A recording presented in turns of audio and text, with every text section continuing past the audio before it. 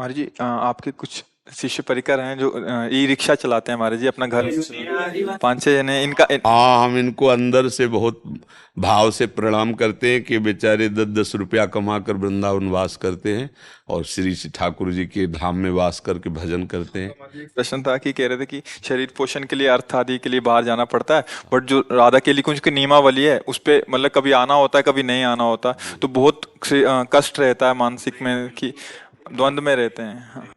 नहीं नहीं, आप अपने जैसे प्रातःकालीन सत्संग है श्री जी की मंगला आरती तक, इस समय तक तो आप रुको ही, इसके बाद चले जाओ और खूब रात्रि 8 बजे तक अपनी ये सेवाएं करो। फिर अपने घर में जाके थोड़ा भजन साधन करो, फिर शयन करो, दिन भर मेहनत करो।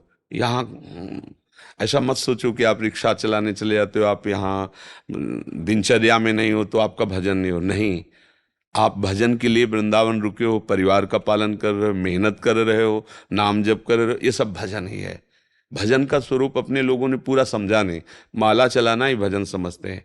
भजन का स्वरूप है जब हम भगवद अर्पित हो गए तो हम जहाँ चलते हैं वो परिक्रमा होती है, हम जो बोलते हैं वो सब स्तोत्र होता है, हम सोते भी हैं तो समाधि होती है, हमारी जितनी चेष्टा होती है वो सब पूजा होती है समर्पित होने पर। और समर्पित नहीं है तो केवल क्रिया हुई, कर्म हुई। तो आप लोग समर्पित भावना में हैं कि वृंदावन धाम को समर्पित, सदगुरु को समर्पित, श्री जी के लिए ही तो सब छोड़कर वृंदावन में रिक्शा चला रहे हो। बिल्कुल निश्चित, रिक्शा चलाना भी भजन है। जो अर्थ मिलता है उससे श्री जी की सेवा, परिवार की सेवा करते हो, धाम वास, ये भजन ही है। इन किन प्रकारेण कैसे भी हमारा संबंध नाम से, रूप से, लीला से, धाम से हो जाए तो हमारा कल्याण हो जाएगा।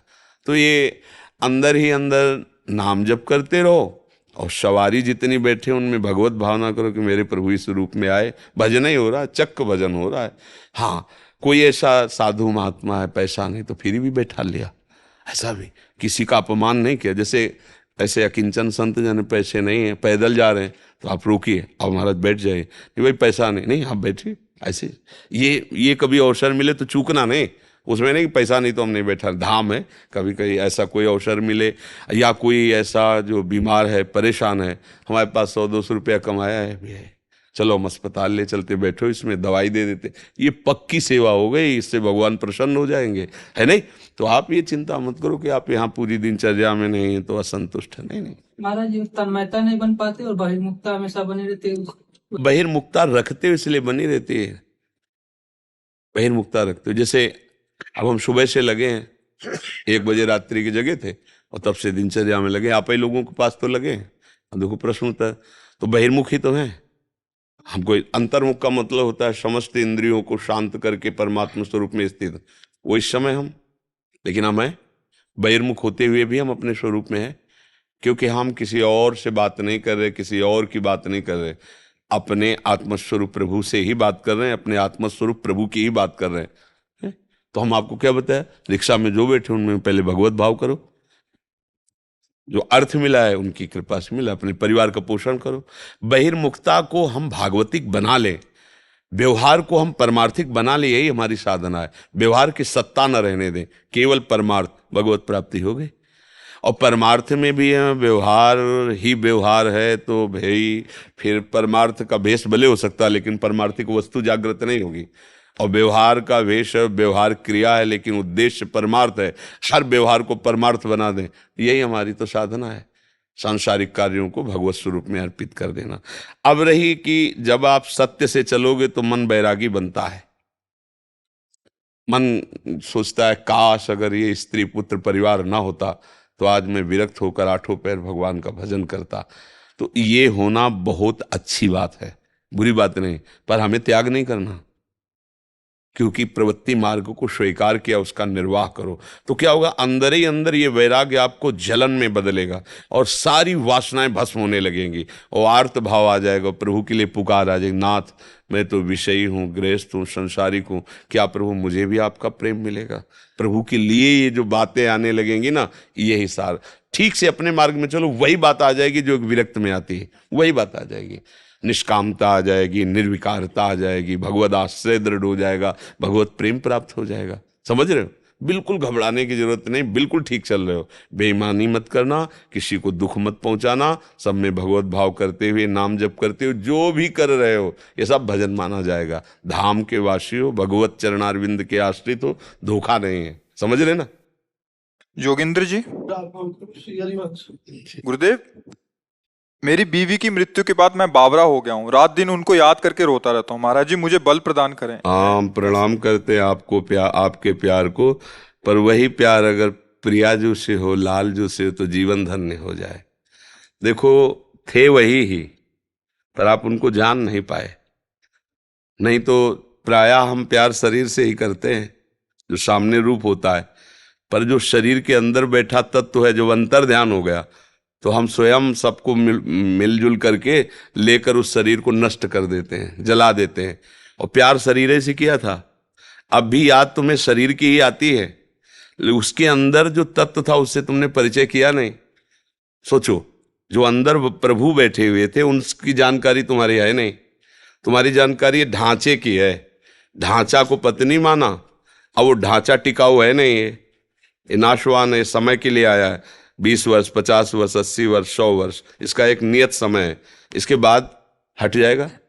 वो पैदा कहीं ढांचा अलग हुआ था, संयोग आपका कुछ वर्षों का था, आपने मान लिया। जो अंदर तत्व था उसे जाना नहीं। अब वो तत्व जब अंतर ध्यान हुआ तो उसी शरीर को जिसको प्यार करते थे फूंक दिया। अब उसी शरीर का चिंतन करके तो मुझे लगता है कि थोड़ा सुधार करो। अब वो अंदर जिसके लिए तुम तड़प रहे वो प्रभु ही था, उसे तुम जान नहीं पाए, वो भगवान ही थे। नहीं, जो बहुत प्यार करता है शरीर से, जब उसके अंदर से भगवान चले जाएं तो वो कहेगा अब वो नहीं रहे। तो तुमने प्यार किससे किया था जानते हो तुम? जो वो नहीं रहा उसको तुम जानते थे? नहीं जानते थे। तो जिसको जानते तो सामने अब करो ना प्यार। बोले नहीं, अब वो नहीं रहा, इसलिए इसको हटा दो। मतलब तुम अनजाने में भी भगवान से प्यार कर रहे थे। सबके अंदर बिजली जो है ना वो भगवान ही है। ये जो चैतन्यता है ना, हंसना, खेलना, बोलना, प्यार, दुलार, ये भगवान है अंदर, उन्हीं का पावर है। और वो अंतर ध्यान हो गए तो कितना भी सुंदर प्यारा शरीर हो, आग लगा दी जाती है, गाड़ दिया जाता है या फेंक दिया जाता है, कोई महत्व तो नहीं रखा जाता। समझो, तुम जिसके लिए रो रहे हो वो शरीर था, परमात्मा के लिए नहीं रो रहे हो, क्योंकि उसके लिए रोते तो प्रश्न खत्म हो जाता, निहाल हो जाते। ऐसा प्यार प्रभु से हो जाए तो अभी जीवन कृतार्थ हो जाए, महात्मा बन जाओ। तो मुझे लगता है थोड़ी दिशा गलत है, उसको सही कर लो तो आनंदित हो जाओगे। क्यों भाई? आप सोचो, तुम्हारी अगर होती तो तुम्हारे पास से क्यों जाती? तुम इतना प्यार कर रहे हो, क्यों जाती? तो इसका मतलब वो शरीर नहीं थी, वो परमात्मा था, और वो अभी भी है। अगर तुम रो करके उसको पुकारो कि मुझे परमात्मा रूप से नहीं, मेरी पत्नी रूप से, तो वो पत्नी रूप धारण करके दिखाई दे देगा। वो आपको भाव में दिखाई देगा, मेरी पत्नी मेरे से बात कर रही, मेरे से मिल रही। क्योंकि बिजली वही है ना, उनको रूप रखने में कितना मिनट लगता है, वो तत्काल रूप रख लेते हैं। तो फिर भी वो रूप टिकाऊ नहीं है। जो रूप भगवान का है उनसे देखो, इतने से प्यार में तुम लट्टू हो गए, और प्यार समुद्र भगवान है। जब उसका प्यार आएगा तो तुम डूब जाओगे, तुम रह ही नहीं जाओगे, अस्तित्व तो ही नहीं रहेगा। मुझे लगता है अगर सुधार किया जाए तो हमारा प्यार करना सार्थक हो जाए। मेरा प्रभु ही सबके अंदर है, वही प्यारा है, उसी से हम प्यार करते हैं। चाहे जितना लाडला बालक हो, वो प्रभु चले जाए तो उसकी माँ से कहो अब रखो 2-4 महीने, तो वही पैसा देगी आपको कि जाओ इसको नष्ट कर दो शरीर को। क्यों? अब वो नहीं रहा। तो अनजाने में भी प्यार सब भगवान से ही करते हैं, पर जान करके प्यार करो तो बढ़िया सार्थक हो जाए जीवन। कितना बढ़िया भाव है कि उनकी याद करके उनके विषय में रोना। यही तो हम लोग जीवन भर मांगते रहते हैं प्रभु से, कि और कुछ नहीं चाहिए, आपकी याद करके आपके लिए तड़पूं, आपके लिए रोऊं, और वो आपको है। थोड़ा दिशा बदल दो, प्रभु की तरफ कर दो, तो अभी महात्मा हो जाओगे, और नहीं तो फिर यही दुर्गति करा देगा। मृग का चिंतन करते हुए मरे तो अगला जन्म मृग बने ना, स्त्री का चिंतन करते हुए मरोगे तो स्त्री तो मिलेगी नहीं, तुम खुद स्त्री बनोगे और फिर फंसोगे किसी पुरुष शरीर में। यही तो क्रम चल रहा है। फिर पुरुष शरीर में तुम्हारी प्रीता होगी कि मेरा पति है। इसका उदाहरण है पुरंजनोपाख्यान भागवत में है। तो पुरंजन ने एक सुंदर स्त्री को देखा, राजमहल 9 दरवाजे का, पूरा बगीचा, लुभायमान हुआ, इतना आसक्त हो गया कि जब मरा तो उसका चिंतन हुआ, तो वो जाके स्त्री बना, मगध देश राजा की रानी बना। अब वो युद्ध में राजा मारा गया। और वो अपनी चूड़ियां फोड़ के रो रहा था। तो भगवान उसको ज्ञान देने के लिए गए, बोले तू जानता नहीं मैं तेरा मित्र हूं, अविज्ञात सखा, जिसे तुम जानकारी नहीं रखते हो वो मैं तुम्हारा मित्र हूं। न तू स्त्री है न पुरुष है यार, पिछले जन्म में तू पुरंजन था, स्त्री में आसक्त हुआ, अब आकर के मगध देश की रानी बना, अब तेरा पति चला गया, उस पर आसक्त हो रहा। ये क्रम कब तक चलता रहेगा? सावधान, तू न स्त्री है न पुरुष है, मेरा अंश है, मेरा भजन। उसी समय उनको वैराग्य हुआ। तो ये सावधानी कर लो तो जीवन सार्थक हो जाएगा, नहीं तो फिर। एक हमने और दर्शन किए थे, एक वयोवृद्ध थे, तो एक जैसे भगवान की पूजा की जाती है, फोटो रखते हैं लोग, छवि रखते हैं, ऐसे वो अपनी पत्नी की छवि रोज छाती से लगा के रोते थे। उस समय हम ब्रह्मचर्य आश्रम में थे। वो उन्होंने कहा मुझे कोई भगवान पर श्रद्धा नहीं, कोई, हमारी पत्नी छीन ली भगवान ने, और पत्नी की छवि रखते हैं ऐसे। तो हमें अच्छा लगा, इस बात का अच्छा लगा कि यार इतनी आसक्ति, अगर इतनी आसक्ति भगवान में हो जाए तो जीवन कृतार्थ हो जाए। हम उससे उदाहरण लिया कि हमको इतनी ही आसक्ति भगवान पे करनी जैसे पत्नी में की है, कि उनकी बात आते ही हृदय आह भर जाए, मेरे प्रीतम, मेरे प्यारे, मेरे जीवन धन। तो ये मन है, देखो फंस गया ना। एक धनुर्दास जी नाम के महान संत हुए हैं, वो अपनी पत्नी में इतने आसक्त थे कि एक क्षण के लिए भी उससे अलग नहीं होते थे। तो जैसे बाजार में सामान लाने जाना हो तो अकेले जा नहीं सकते थे, क्योंकि वो अलग नहीं हो सकते थे। पत्नी जाती थी बाजार में सामान लाने, और वो धूप न लगे इसलिए छाता लगा कैसे बैक चलते थे। वो ऐसे चल रही तो वो बैक पीछे। और आचार्य चरण के जो शिष्यजन थे वो किसी सेवा के हेतु गए थे, उन्होंने दृश्य देखा कि सब लोग मजाक उड़ा रहे थे। ऐसे व्यक्ति का मजाक होता है ना, लेकिन उसको कोई परवाह नहीं थी, अपने पत्नी में एक टक लगाए हुए दृष्टि, छाता लगाए हुए ऐसे चल रहा। उन्होंने जाके बताया कि एक हमने ऐसे स्त्री आसक्त पुरुष को देखा ऐसे। तो वाह, ऐसा प्रेमी, मैं दर्शन करूंगा ऐसे प्रेमी के। क्योंकि सब जगह से समिट कर एक जगह आ गया ना, अब एक जगह से मोड़ने में क्या देर लगेगी। नजदीक गए तो वैसी सीन देखी, तो उनका भाई तुम ऐसे चल रहे हो, सब लोग मजाक करे। तो बोले प्रभु मैं आसक्त हूं अपनी पत्नी को, एक क्षण भी मैं। तो उनका पत्नी से क्यों आसक्त हो? उनका ऐसा रूप है इसका। बोले इससे बढ़कर रूप बोले हो ही नहीं सकता। तो ऐसे चपल है, आओ परम पवित्र आचार्य जी ही ऐसे प्यार की चपत है। तो सामने देखा ललित त्रिभंगी भगवान, अरे छूट गया छाता छूट गया छाता, छूट गई पतली, बावरे हो गए। अरे कृष्ण का रूप। अब वो तो बस महान संत हुए, धनुर्दास जी उनका नाम हुआ। तो देखो कहीं ना कहीं हमें सुधरना चाहिए। भगवान की कृपा है आप पर, जो आप सत्संग में आए, आप संत समागम। हमें लगता है कि अब थोड़ा नाम जप करके रो नहीं, राधा राधा राधा लाडली, मैं जान नहीं पाया, आप ही सब, ये मेरा भ्रम हटा दो, कृपा कर दो, अब मेरा जीवन सुधार दो। मुझे ऐसा प्यार चाहिए जो मेरे से कभी बिछुड़े ना। वो प्रभु हैं, कभी नहीं बिछुड़ेंगे, कभी नहीं। और यहाँ का सब प्यार बिछुड़ने वाला है, नहीं बिछुड़ने वाला। मान लो आपने गुरु माना, अब ये शरीर कितने दिन रहेगा? एक दिन नष्ट होगा। आपका शरीर कितने दिन रहेगा? एक दिन नष्ट होगा। लेकिन गुरु में यदि भगवान की बुद्धि की कि मेरे भगवान है, तो सदैव रहेंगे। शरीर भले चला जाए, आपके भाव में गुरुदेव बैठे रहेंगे। तो मुझे चाहिए कि हमारा जीवन भगवान से जुड़ जाए, सोई विश्राम मिलने वाला है। यहाँ सब धोखे का खेल है, कब कौन कहाँ बिछुड़ जाए कुछ पता नहीं है, कब कौन हमको छोड़कर चला जाए कुछ पता नहीं। एक है जो कभी नहीं छोड़ता है, वो भगवान है। भगवान के बिना कोई हमारा नहीं। यही सत्संग में, यही शास्त्रों में, यही संतों ने अनुभव किया है और उसी का वर्णन करते हैं। नाम जरूर जपिए, कुछ समय निकाल करके नाम जरूर जपिए, अभ्यास कीजिए, बीच बीच में बोलने। जो आपको नाम प्रिय हो, हमारे प्रभु के सब नाम महामंगलमय है। राम कृष्ण हरि जो नाम प्रिय हो, नाम जो आप देखो तो सच्ची कहते हैं। अगर हमको इस बात का सुख न मिलता तो हम किसी पक्षपात में होकर तुम्हें उपदेश नहीं करते। हमारा कोई धंधा नहीं है, बात समझो। आपसे कोई पैसा थोड़ी लिया गया है, आप हमारी आत्मा हो। हमने आपका अन्न पाया है, भिक्षा पाई है गृहस्थ की, तो हमारा कर्तव्य बनता है कि जो हमें गुरु प्रसाद से मिला है वो समझो।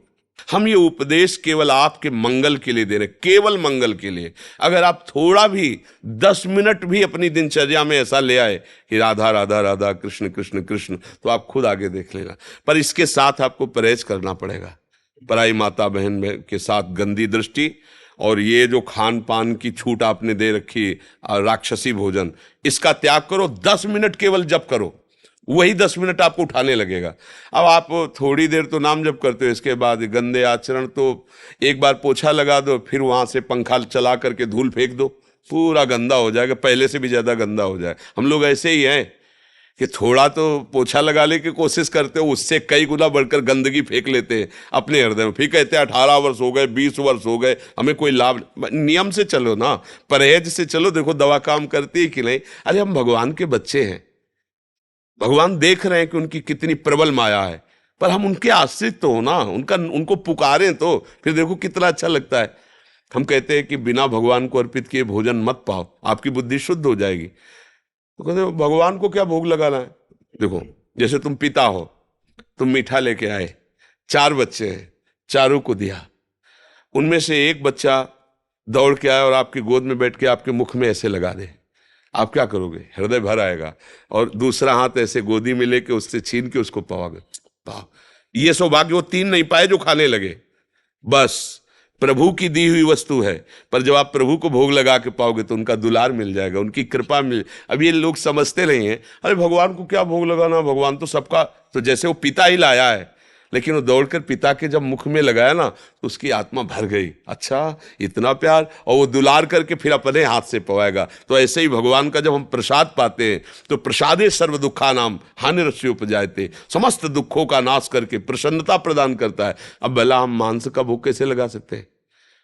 गंदी बातें, गंदे आचरण, गंदा भोजन, गंदा पेय। और इसके बाद अगर हम सोचे कि सुखी हो जाएंगे तो आप लिख लो, चाहे आप कुबेर का खजाना प्राप्त कर लो तो भी आप सुखी नहीं हो सकते, क्योंकि उसमें सुख नहीं, सुख विचारों में है, सुख संतोष में है, सुख हृदय की शांति में है।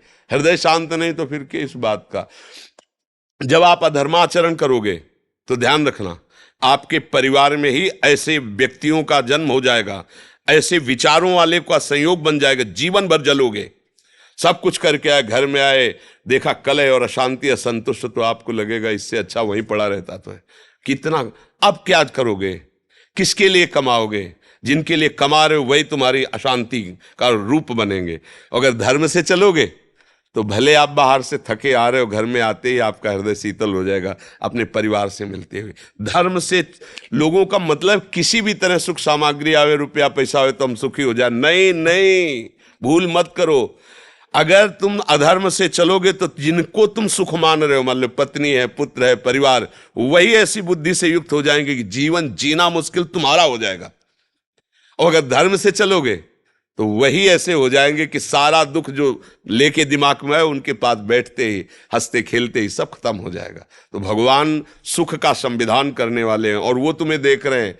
कोई मिनट ऐसा नहीं है जो तुम उनकी दृष्टि में न हो, कहीं छुपा के कुछ भी करो, वो देख रहा है। हिसाब तो उसको देना, हिसाब वाला देख रहा है तो दूसरों से क्या लेना देना। यदि आप सत्य में चल रहे हो, लोग तुम्हें गाली दे रहे, कोई फर्क नहीं, क्योंकि हिसाब देने वाला देख रहा है। वो जब हिसाब करेगा सबके मुंह बंद हो जाएंगे। और लोग वाह वाह कर रहे हैं लेकिन तुम गलत कर रहे हो, जब हिसाब आएगा तो सब थूकेंगे तुम्हारे ऊपर। इसलिए हिसाब देने वाले भगवान से सावधान रहो, वो सब जगह देख रहे हैं, उनका आश्रय लो, नाम जप करो, मंगल हो जाएगा।